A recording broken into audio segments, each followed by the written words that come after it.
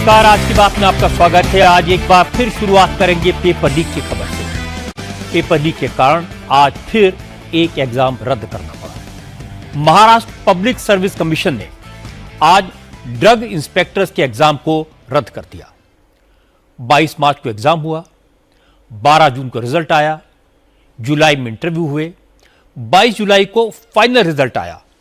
485 उम्मीदवार appointment letter मिलने का इंतजार कर रहे थे, लेकिन आज एमपीएससी ने ऐलान कर दिया कि यह एग्जाम दोबारा होगा। पता लगा ये एग्जाम 20 मार्च को ही लीक हो गया था। और बड़ी बात यह कि क्राइम ब्रांच ने इस मामले में जिन 6 लोगों को अरेस्ट किया, उनमें महाराष्ट्र पब्लिक सर्विस कमीशन का अंडर सेक्रेटरी और 2 सेक्शन ऑफिसर भी शामिल हैं। एक कोचिंग संचालक को भी पकड़ा गया है। दावा किया जा रहा है कि इस बार पेपर लीक का पैटर्न भी बिल्कुल वही है जो नीट के पेपर में था। सिस्टम में बैठे लोगों ने ही गड़बड़ की। परीक्षा से पहले पेपर को लीक किया, बड़ी रकम लेकर उम्मीदवारों को क्वेश्चन के सेट्स दिए गए और ज्यादातर वही सवाल परीक्षा में आए। राजस्थान से भी आज इसी तरह की खबर आई।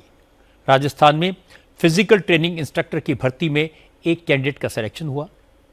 वो अपॉइंटमेंट लेटर लेने पहुंचा, उसके डॉक्यूमेंट्स की जांच हुई तो पता लगा उसने फॉर्म भरते वक्त जो डिग्री फाइल की थी वो भी फर्जी थी और ज्वाइनिंग से पहले जो डिग्री दी वो भी नकली निकली।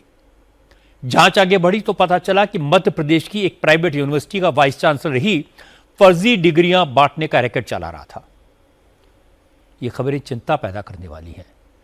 अगर पब्लिक सर्विस कमीशन में बैठे अफसर पेपर लीक करेंगे, अगर यूनिवर्सिटी का वाइस चांसलर पैसे लेकर फर्जी डिग्री बांटेगा, तो नौजवानों के भविष्य का क्या होगा।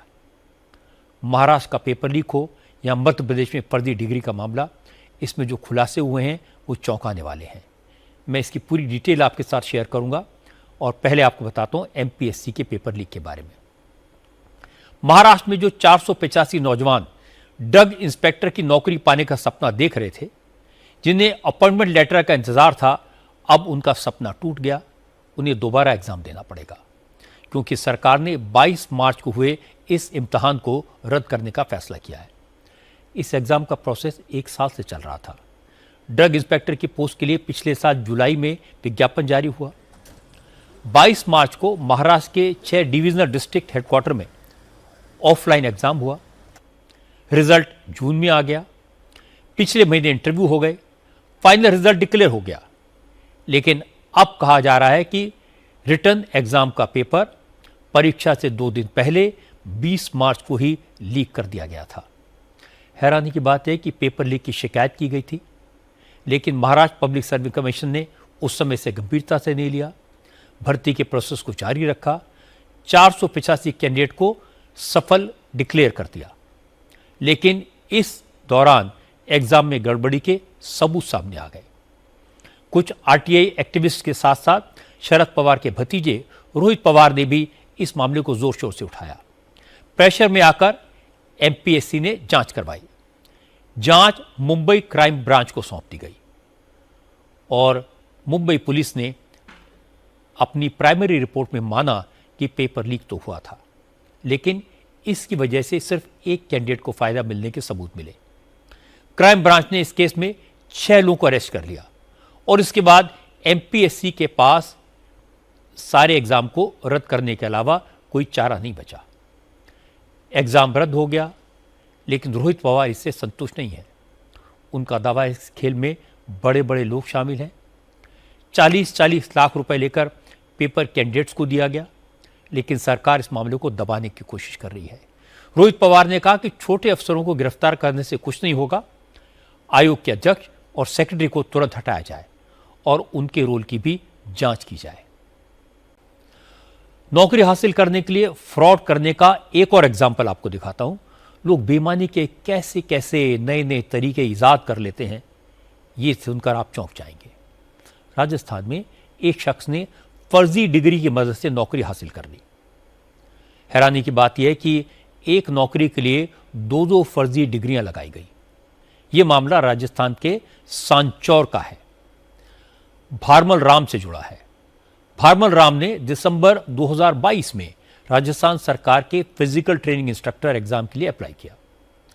खास बात यह थी कि जब उसने पीटीआई की पोस्ट के लिए फॉर्म भरा तो एप्लीकेशन के साथ साथ राजस्थान में चुरू की ओपीजेएस यूनिवर्सिटी से मिली बीपी एड डिग्री को अटैच किया। अब ये प्राइवेट यूनिवर्सिटी है। खास बात यह कि भारमल राम की लगाई गई ये डिग्री फर्जी थी, ये बात उसे भी पता थी। यही वजह है कि भारमल राम एग्जाम में पास हो गया। उसे नौकरी देने से पहले वेरिफिकेशन के लिए ओरिजिनल डॉक्यूमेंट सबमिट करने थे, तो इस बार उसने राजस्थान की ओपीजेएस यूनिवर्सिटी के बजाय मध्य प्रदेश की सत्य साई यूनिवर्सिटी से मिली बीपी एड की डिग्री पेश कर दी। नेपाल से आज बाढ़ की जो तस्वीरें आई हैं वो बहुत डरावनी हैं। तिब्बत से आई भीषण बाढ़ ने नेपाल में जबरदस्त तबाही मचाई है। भाटेकोशी नदी में इतना तेज सैलाब आया कि किसी को संभलने तक का मौका नहीं मिला। लोग अपने रोज के काम में लगे थे।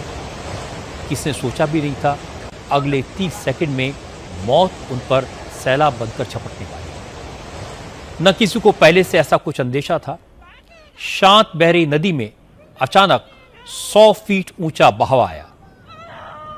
लोग घबरा गए, चीख पुकार मच गई और लोग जान बचाने के लिए भागे। लेकिन उनके पास इतना समय नहीं था। कुछ ही सेकंड में सैलाब सब कुछ बहा कर ले गया। सैकड़ों लोग बह गए। इमारतें कागज की तरह पानी में बह गई। गाड़ियां जलमग्न हो गई। 30 सेकंड में नेपाल के 2 बड़े बाजार तबाह हो गए। सैकड़ों घर और दुकानें, 3 पुलिस चौकियां, हाइड्रो पावर प्रोजेक्ट्स और दर्जनों पुल बाढ़ में बह गए।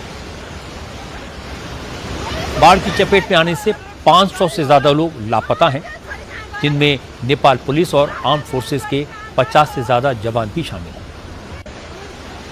291 लोग दूसरे देशों से आए टूरिस्ट हैं, जिनमें 105 भारतीय नागरिक भी शामिल हैं।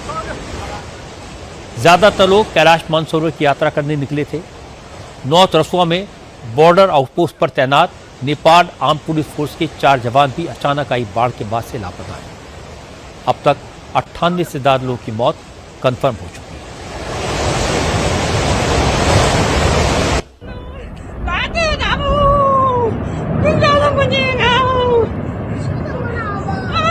सबसे ज्यादा तबाही भाटेकोशी नदी के किनारे बसे इलाकों में हुई।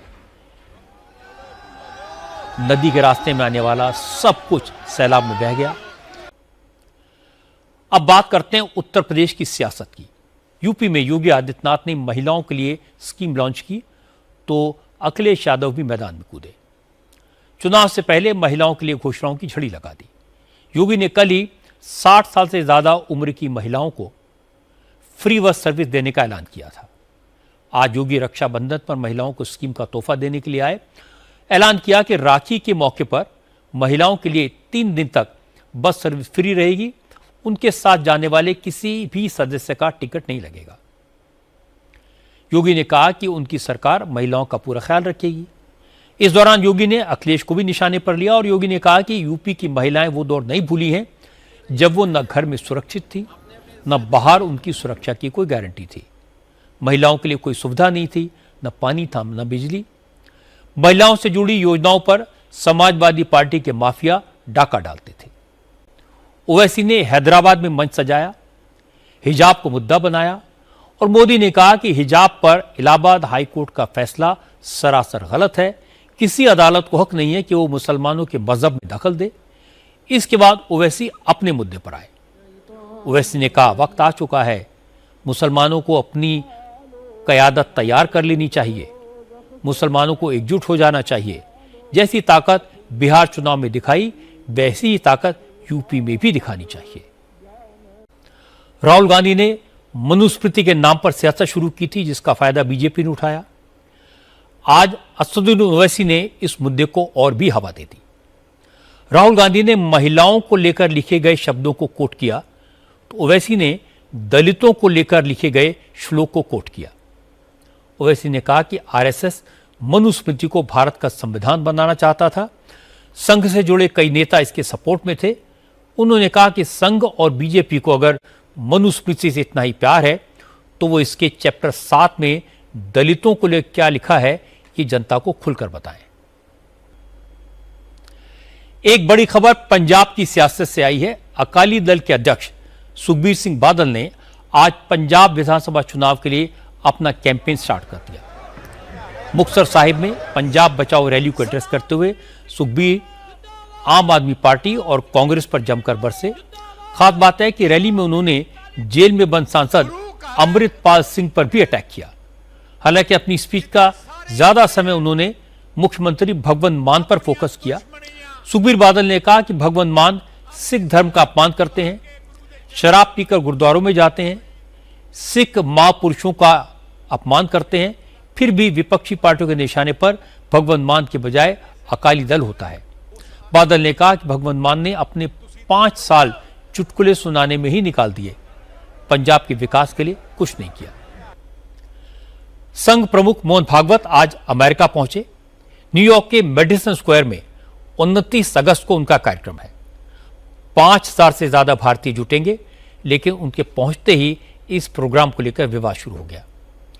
इंडियन अमेरिकन मुस्लिम काउंसिल समेत कई संगठनों ने मोहन भागवत के प्रोग्राम का विरोध शुरू कर दिया है। कार्यक्रम की परमिशन कैंसिल करने की मांग हो रही है। न्यूयॉर्क के मेयर जोरान ममदानी भी संघ प्रमुख भागवत के विरोध में उतर आए। ममदानी ने प्रोग्राम कैंसिल करने पर तो साफ साफ कुछ नहीं कहा, लेकिन इतना जरूर कहा कि वो बांटने वालों की सोच का समर्थन नहीं करते, वो इसके विरोध में है। अब मैं आपको बताता हूं कि कैसे कानपुर में टेंडर माफिया ने इस कदर भ्रष्टाचार किया कि सबको चौंका दिया। कानपुर नगर निगम के हर छोटे बड़े टेंडर में इस माफिया का दखल होता था। टेंडर किसे मिलेगा, कितने का मिलेगा, कैसे मिलेगा, सब कुछ टेंडर माफिया तय करते थे।